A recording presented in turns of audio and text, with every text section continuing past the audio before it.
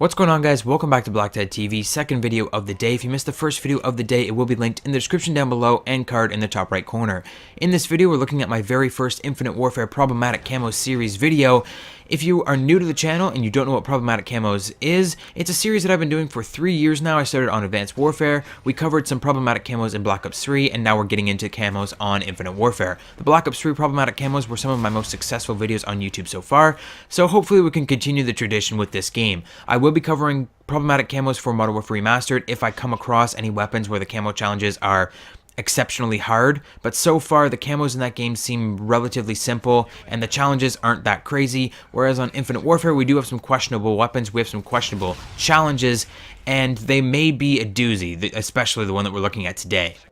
And what, pray tell, is that challenge that we're looking at today? Well, honestly, it's a pretty simple challenge. You wouldn't think that I would need to make a video for camos of this caliber. These are the opening camos for this weapon. These are the camos from Desert through Zebra. These are the regular standard challenge camos. Generally, Problematic Camos only comes into effect when you're looking at the advanced camos or the unique camos. Basically, once you get through all of these stackable camos, these camos that take a progression through the challenge to unlock different tiers of that camouflage, these ones aren't as big of a deal. After you get through these ones, you get to the unique challenges where each specific weapon class has its own special challenge, and each specific weapon in that class might even have its own special challenges. Those are the ones that we usually need to talk about on this series. But today we're looking at some of the opening challenges for the Howitzer grenade launcher. And you might be scratching your head saying, what the fuck is a Howitzer grenade launcher? Because this weapon is extremely obscure. It is a secondary rocket launcher, or launcher, I guess it's just called in this game. And it's just very strange. It's a weapon that you're not going to see a lot of people using because, well, it sucks. I've got money on this weapon being the worst weapon in the entire game. They've already had to buff it. They've already buffed this weapon, and it's still trash. It's still just awful. It's horrible. It's one of the worst weapons in the entire game, if not the worst weapon in the entire game. It is easily the worst grenade launcher of all time in any Call of Duty. Basically, how I would sum this weapon up, if you guys played Modern Warfare 2, and you remember the Thumper, the secondary weapon from Modern Warfare 2, that awful grenade launcher where you could just put a grenade launcher on your rifle and it would be amazing. You'd be god tier, but you could also have this Thumper which did dick all for damage. It was just terrible. Basically, what if you were to summarize the Howitzer, you would say, I wonder if the Modern Warfare 2 Thumper could possibly get any worse. Well, this is your answer, the Howitzer. So, first problem with this weapon, you unlock it at level 50. And you're not going to have enough time between level 50 and 55 to get all your camos, let me tell you. It's a grind and a half just to get the first set of camos, and honestly, they're hard enough to get. When you get to the second set of camos, which is what I'm on now, you're not going to be able to do this all between level 50 and 55. So you're either going to have to permanently unlock it or work on this camo challenge across multiple prestiges. I would honestly recommend that you permanently unlock it because it is going to take a long time to get all your camos. I haven't even got to the special camos yet. I'm honestly scared to see what the unique problematic camos are going to be. I'm calling them problematic camos because there will be videos on them. It's that simple. They're going to be ridiculously hard. I'm going to have to make videos. But in today's video, we're talking about the camos from Desert through Zebra. First things first, let's summarize this weapon. Basically, the weapon itself isn't statistically bad. It's actually a pretty it's a powerful weapon. It's a high-powered weapon. You can get one-hit kills with it very easily, even in core mode. The thing about it isn't the damage. It's not a bad weapon. It's like, it does a lot of damage. It will insta-kill. The problem is the blast radius and the style of the weapon, I guess I could say. It's not really the accuracy or the feel, but just the overall style of the weapon. The weapon acts very, very, very strangely. So shots need to either direct impact an enemy or hit incredibly close. I'm talking like reach out and touch it close to even inflict damage. You more or less will not get hit markers with this weapon. Only in specific circumstances you'll get hit markers. You either kill or you do not get any hit markers at all with this weapon, for the most part. So the shots are strange. The way that the shot comes out of this rifle, or this, I don't really know what to call it, grenade launcher, I guess. The way that the shots come out of the grenade launcher are very strange. They kind of arc up really high, and then they come down like super quick. So they kind of fall short, but they fly up high at the same time. It takes a little bit of getting used to just how the rocket or how the grenade will come out of the launcher. But once you have that down, you have to only fire on specific weapons and only fire at specific parts of specific, or you have to only fire on specific enemies and only fire on specific parts of those specific enemies.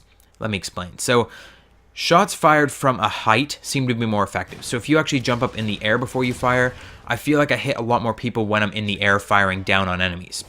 Shots that connect to the side of the enemy or the back of the enemy, basically shots that are landing on the ground around your enemy, generally will not get a hit marker. They generally will not get kills. You have to hit this grenade in front of an enemy. If you want the kill, you have to either hit them directly or you have to hit the grenade in front of them, like in front of their face. In the ground, in front of their face is the best way to get hit markers, best way to get kills with this weapon.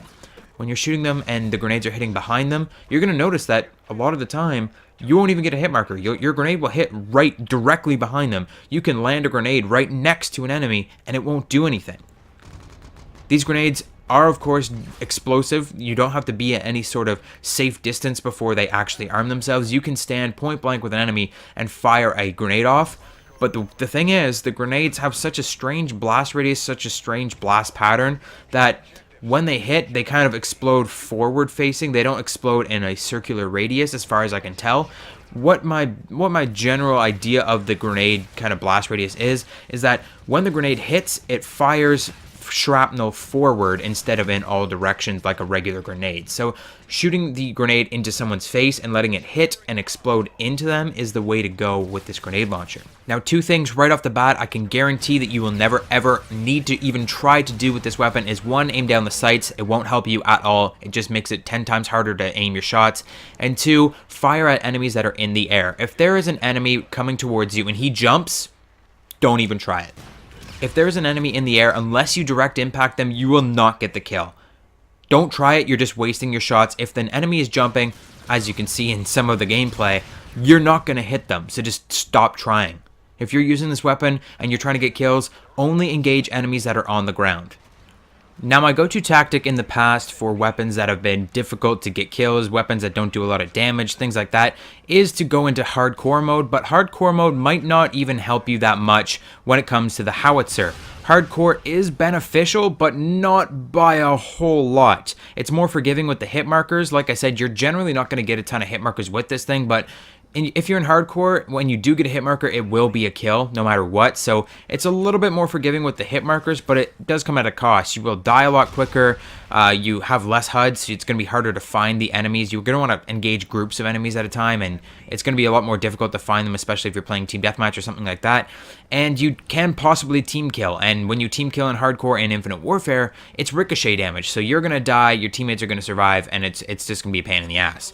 Another hardcore issue is that the Howitzer suffers from what I call old RPG syndrome. And if you've played classic Call of Duty games, you may know what this is like. There was always some kind of lag issue with RPGs or with grenade launchers and things like that, where if you got killed at the exact moment that you shot an RPG or the exact moment that you shot a grenade launcher, you could hear the audio of the grenade launcher firing, and you're expecting to see the grenade or the RPG fire out of your weapon, but it doesn't happen. And instead, you just die and you hear the thunk and nothing happens. It's a big problem in hardcore because people will drop you in one shot and you'll hear that thunk and you won't get a kill, and it's the most irksome thing in the whole world. You're gonna learn to hate that sound if you try to use this thing in hardcore. It's gonna happen. You're gonna get killed while trying to fire a rocket or trying to fire a grenade, and you're gonna die and it's gonna piss you off. So be prepared for that if you are gonna try this in hardcore. But as long as you're using this weapon in very unique circumstances, it can perform pretty well. So the camos that we're looking at today are the Desert, Mars, Arctic Tech, and Wilderness, which are just between 50 and 200 standard kills with the Howitzer. And then the camos that I'm currently working on, Mojave, Snakeskin, Salamander, Splatter, and Zebra, which are between 20 and 160 direct impact kills with the Howitzer.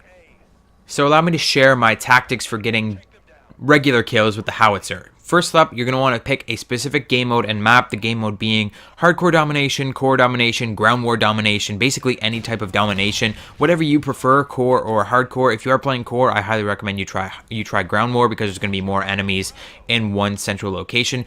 As long as you're playing objective-based game modes and you know where the enemies are going to be, you're in the right game mode. So that's why I like Dom. You can clearly tell when enemies are on A or B or C, and you can go there and you can shoot your grenade at a group of enemies and try and get a multi-kill, which is just going to speed up the process a lot more.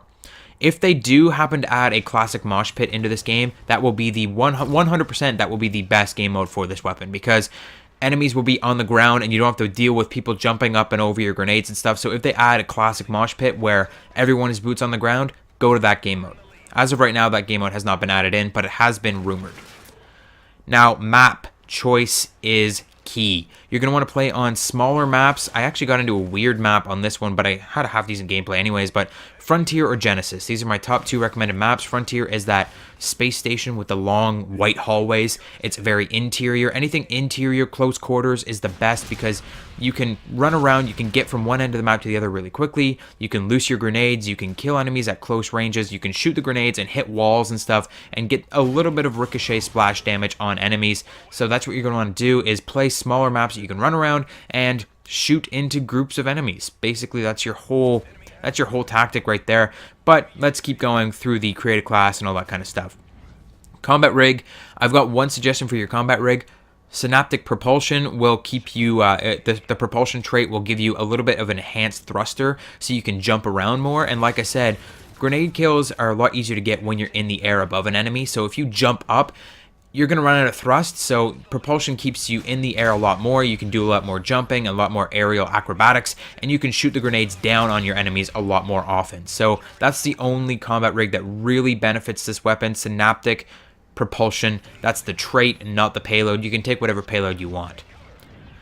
Now, creative class, I've got 2 perks that I definitely recommend, Ghost and Dead Silence. They're the best for domination and stuff because when you engage enemies straight on, especially if you're playing hardcore, they're going to shoot you and they're going to kill you before you can get a grenade off. Whereas if you're using Ghost and Dead Silence, you can kind of sneak around the enemy, get behind them, and you can really get in their ass and shoot the grenades at their back and get those direct impact kills and get those standard kills. You can sneak around outskirts of the map and get to C dom or A dom without having to go through B. It's really great to have those stealth perks, so I highly recommend them. And that's basically the tactic. You're going to want to sneak around smaller maps, ambush groups of enemies at objective points, and try and jump up in the air before you fire off your noob tube. It's very, very difficult. You're going to have a rough time with it. I will leave you with a reminder as I close this video. Melee kills count too. I'm not sure if they count as direct impact kills, but they certainly count as default kills. If you're having trouble with getting default kills with this weapon, welcome to your new combat knife. Thank you for watching this video. Hope you enjoyed it. If you did, hit the like button, subscribe if you're new, and I'll see you guys on the next video.